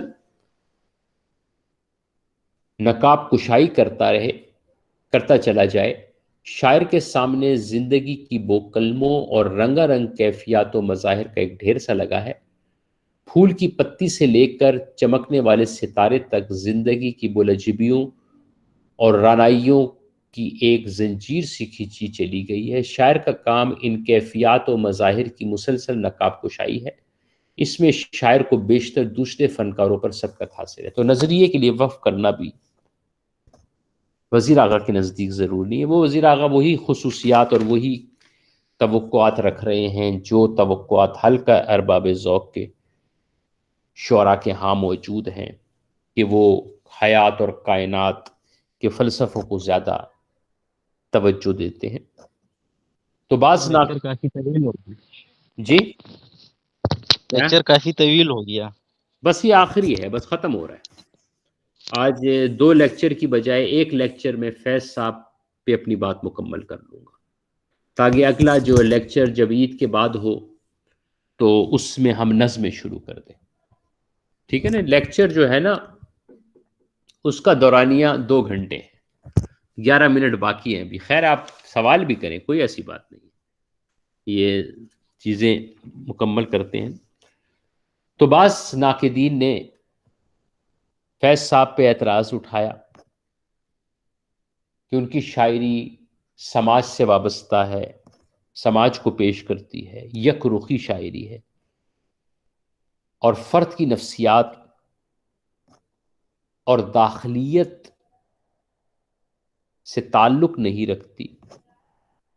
یہی وہ بنیادی خیال ہے جو حلقہ ارباب ذوق کے ہاں ہے، کہ شاعری کو سماج سے زیادہ فرد کے ساتھ مربوط ہونا چاہیے۔ یہ اعتراضات اٹھائے ہیں مختلف ناقدین نے، جن کا حلقے سے تعلق ہے، وزیر اعلیٰ فتح محمد ملک وغیرہ نے۔ ان اعتراضات کا جواب جو ڈاکٹر وزیر آغا نے، سلیم احمد نے اور فتح محمد ملک نے اٹھائے، ان کا جواب بعض ترقی پسند ناقدین جنہوں نے فیض پہ لکھا ان کا انہوں نے جواب دیا ہے۔ ڈاکٹر انوار احمد اور ڈاکٹر گوپی چند نارنگ نے فیض کی خوبی یہی قرار دی ہے کہ وہ ایک لطیف اسلوب میں زندگی کے حقائق پیش کرتے ہیں، اور اسے فیض کا بہت بڑا کمال قرار دیا ہے۔ جیسے ڈاکٹر گوپی چند نارنگ اپنے مضمون میں صفحہ نمبر 70 پہ لکھتے ہیں، فیض کا جمالیاتی احساس اور معنیاتی نظام، یہ صفحہ نمبر 71 ہے، آخری پیراگراف ہے ان کے مضمون کا۔ فیض کی اہمیت اسی میں ہے کہ انہوں نے جمالیاتی احساس کو انقلابی فکر پر قربان نہیں کیا، اور اس کے برعکس بھی صحیح ہے، یعنی فیض نے انقلابی فکر کو جمالیاتی احساس پہ قربان نہیں کیا۔ فیض نے اپنے تخلیقی احساس سے ایسی شعری وحدت کی تخلیق کی جس کی حسن کاری، لطافت اور دل آویزی تو احساس جمال کی دین ہے، لیکن جس کی درد مندی اور دل آسائی سماجی احساس سے آئی ہے۔ انہی سب عناصر نے مل کر فیض کی شاعری میں وہ کیفیت پیدا کی ہے جسے قوت شفا کہتے ہیں۔ تو جمالیاتی احساس کے ساتھ انقلابی فکر کو بیان کرنا نارنگ کے خیال میں یہ ان کی شاعری کی بڑی خوبصورتی ہے، بڑی خوبی ہے۔ نارنگ صاحب اسے سمجھتے ہیں۔ ڈاکٹر انوار احمد نے اپنے مضمون میں جو صفحہ نمبر 135 سے شروع ہو رہا ہے، بڑا اہم مضمون ہے، اس میں صفحہ نمبر 141 پہ لکھا ہے، فیض کے بعض معاصرین کے حسد، ترقی پسند تحریک کے مخالفین اور اسٹیبلشمنٹ کے پیش کردہ نظریہ پاکستان کے بعض وکیلوں کے فتویٰ نما تبصروں کے باوجود پاکستانیوں کی اکثریت کو ان سے والہانہ پیار ہے۔ وہ سمجھتے ہیں کہ انہوں نے صرف غم جانا اور غم روزگار کا فرق ہی نہیں سمجھایا، بلکہ یہ بھی بتایا کہ غم روزگار کو غم جانا بنانے کے لیے کتنی ریاضت کرنا پڑتی ہے۔ ان لوگوں کو یہ بھی یقین ہے کہ ان کی پوری زندگی انسانوں اور انسانیت کی اعلیٰ اقدار میں صرف ہوئی۔ تو فیض کی خصوصیت نظریے میں ہی سمجھتے ہیں کہ انہوں نے ایک نظریہ پیش کیا اور نظریے کے تحت شاعری تخلیق کی۔ لہٰذا شاعری کے بارے میں ہم کوئی ایک چیز طے نہیں کر سکتے کہ اس میں نظریہ ہونا چاہیے یا نہیں ہونا چاہیے، کہ شاعر کو کس چیز کو پیش کرنا چاہیے، کس چیز کو پیش نہیں کرنا چاہیے، کیونکہ کوئی بھی شاعر ایسا نہیں ہو سکتا جو زندگی کے تمام موضوعات کا احاطہ کرے۔ بعض شاعر سماجی مسائل کو پیش کرتے ہیں جیسے فیض اور دیگر ترقی پسند، بعض شاعر سماج سے زیادہ فرد کو اہمیت دیتے ہیں جیسے حلقے کے شاعر۔ اگر فیض محدود ہے تو پھر میرا جی کے بارے میں کیا کہیں گے، اور ان شاعروں کے بارے میں کیا کہیں گے جنہوں نے فرد کو اہمیت دی، سماج کو اہمیت نہیں دی۔ تو زندگی کا کل تو بنتا ہی اس طرح ہے کہ کسی ایک دور میں مختلف شاعر اس دور کے مختلف تصورات کو پیش کرتے ہیں اور اس سے ایک کل زندگی وجود میں آتی ہے۔ کسی شاعر سے یہ توقع نہیں کی جا سکتی کہ وہ زندگی کے تمام موضوعات کو پیش کرے۔ ہاں، یہ بات درست ہے کہ فیض صاحب کی شاعری میں نظریہ موجود ہے اور اس کا تدریجی ارتقا کم ہے، لیکن اس کو اعتراض کرتے ہوئے ہمیں یہ بات بھی پیش نظر رکھنی چاہیے کہ ہمارے سماج میں کتنی تبدیلیاں آئی ہیں۔ فیض کی شاعری کا موضوع سماج ہے، اور ہمارے سماج کے مسائل وہی ہیں جو آغاز میں تھے اب بھی وہی ہیں، اس لیے کہ ہمارے ہاں سماجی اور سیاسی سطح پر کوئی بڑی تبدیلی نہیں آئی۔ جو سماجی مسائل پہ شاعری کرنے والوں کی شاعری میں آتی، تو فیض کی شاعری جو کہ اپنے سماج اور اپنی معاشرت کی عکاس ہے، اس لیے اس میں اس طرح کا تدریجی ارتقا نہیں ملتا، جس کی بڑی وجہ سماج میں سکوت اور جمود کا ہونا ہے، جس کا شکوہ فیض نے اپنی نظم شام میں کیا۔ میں افتخار عارف صاحب کی بات سے متفق ہوں۔ ایک محفل میں افتخار عارف صاحب نے کہا تھا کہ دیکھنا یہ ہوتا ہے کہ شاعر نے شاعری میں جو نظریہ اپنایا ہے، اس نظریے کے تحت وہ درست شاعری کر رہا ہے یا نہیں کر رہا، کیا اس نظریے کے ساتھ کمٹمنٹ اس کی شاعری میں موجود ہے یا نہیں۔ تو فیض کی جب شاعری کا مطالعہ کرتا ہوں تو وہ ایک نظریے کی شاعری ہے، اور نظریے سے کمٹمنٹ کی شاعری، وہ ایک خلوص اور محبت کی شاعری، وہ ایک دل کی آواز ہے، دل کی شاعری۔ فیض کی شاعری میں جیسی وارفتگی، جیسی محبت اور خلوص ملتا ہے، بہت کم شاعروں کے ہاں ملتا ہے۔ یہی وجہ ہے کہ فیض کی شاعری میں تدریجی ارتقا نہ ہونے کے باوجود فیض آج تک زندہ ہیں۔ ان کی وفات کو کتنا عرصہ ہو گیا، لیکن آج بھی ان کی شاعری شوق سے پڑھی جاتی ہے، اس سے لطف لیا جاتا ہے، اور اس کی بڑی وجہ ہوتا ہے کسی بھی شخص کا خلوص اور محبت ہوتی ہے جو اسے بقائے دوام بخشتی ہے۔ میرے خیال میں فیض صاحب کی شاعری کی عظمت اس میں ہے کہ انہوں نے ایک نظریہ قائم کیا، اور اس نظریے کو پوری کمٹمنٹ کے ساتھ، پورے خلوص کے ساتھ بیان کیا، اور اس پر بھی غور کیا کہ بیان کا انداز کیا ہونا چاہیے۔ تو فیض نے جس شاعری کی روایت قائم کی، جو رومانی اور انقلابی شاعری ہے، رومان اور انقلاب کے امتزاج کی شاعری ہے، اس شاعری نے آنے والی پوری ایک نسل کو متاثر کیا ہے۔ فیض کے بعد آنے والے بہت سے شاعر ایسے ہیں جنہیں پڑھ کر آپ کو احساس ہوگا کہ ان کے پیچھے فیض کھڑے ہوئے۔ فیض کے بعد نظم میں ایک نئی روایت قائم ہوئی، تو ہماری نظم کے یہ چند شاعر ایسے ہیں کہ شاعر نہیں ہیں، یہ دبستان ہے، یہ اسکول آف تھاٹ ہے۔ ایک فیض ہیں جو رومانی اور انقلابی شاعری کے امام ہیں، دوسری طرف میرا جی، راشد اور مجید امجد ہیں جو اس شاعری کو پیش کرتے ہیں جو فرد اور فرد کے مسائل سے بحث کرتی ہے۔ تو اس طرح ان شاعروں کی وجہ سے ہماری شاعری کے باقاعدہ رجحانات بنے ہیں، اور ان میں سے ایک رجحان فیض کا ہے، جس کی نمائندگی فیض کرتے ہیں، اور اس کی جیسی خوبصورت نمائندگی فیض نے کی ہے، آنے والے شعراء نے نہیں کی۔ اور آنے والے شعراء آپ پڑھیں گے تو ان کو پڑھتے وقت احساس ہوتا ہے کہ وہی روایت ہے جو فیض نے قائم کی تھی، اور اسے یہ شاعر لے کر آگے بڑھ رہے ہیں۔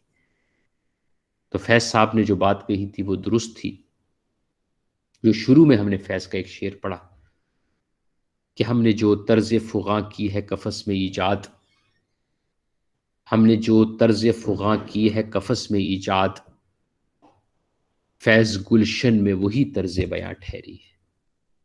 تو یہ کچھ باتیں تھی فیض صاحب کے حوالے سے۔ کافی وقت ہو گیا ہے، میرے خیال سے 2 گھنٹے ہو گئے ہیں، کچھ 10-15 منٹ کم 2 گھنٹے۔ آپ لوگ بھی تھک چکے ہوں گے۔ فیض پر ہمارا مطالعہ مکمل ہوا۔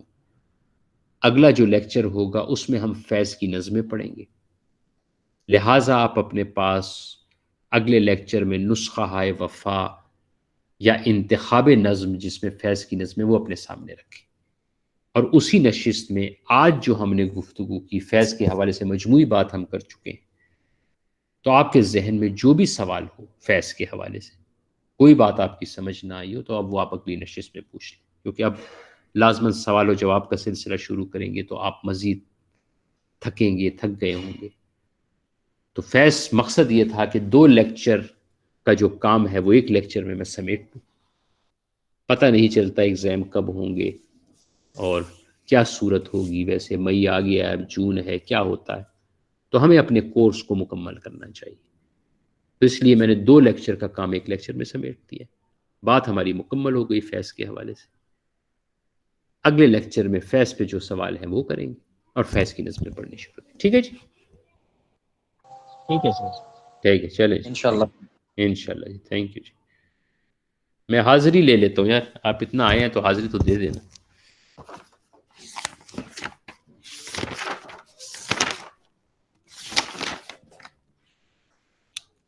جی آج 7 تاریخ ہے۔ یس سر۔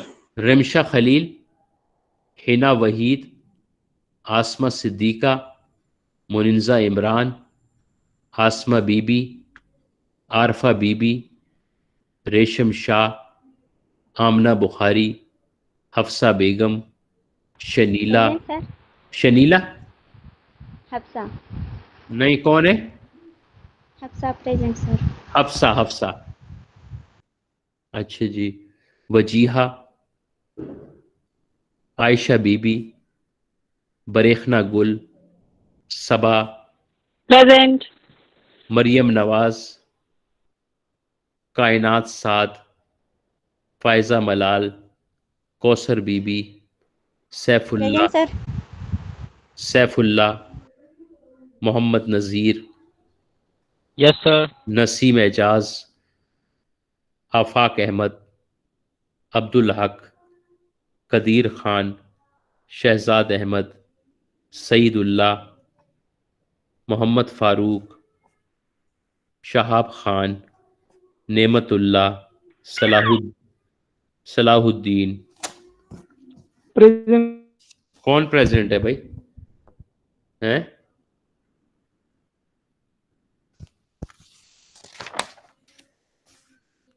محمد ریاض، وقاص خان، محمد ایاز، وحید رحمان، تنویر خان، یس سر۔ شمس اللہ، محمد طاہر، نعمان علی، ساجد علی، زریاب خان، احسن اللہ۔ کون احسن اللہ؟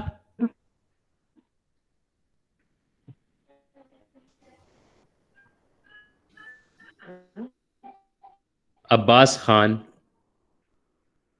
نعمت علی، یس سر۔ محمد انصار، پریزنٹ سر، انصار پریزنٹ۔ علی شان۔ کسی کی حاضری تو نہیں رہ گئی؟ سر شہزاد احمد۔ اچھا، شہزاد احمد۔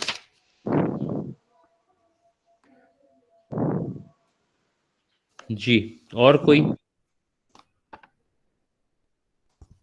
چلے جی۔ احسان اللہ کا رسیدگی سر۔ جی احسان اللہ۔ احسان اللہ،